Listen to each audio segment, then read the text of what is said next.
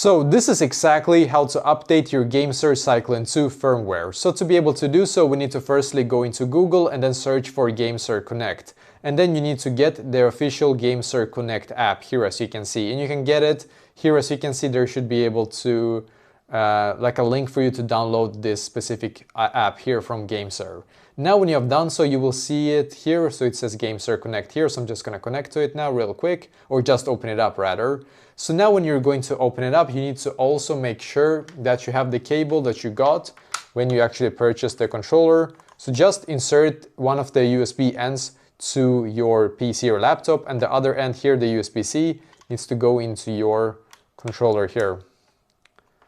So now when you have done so and you have opened up the app, it should automatically connect to your Cyclone 2 here, as you can see.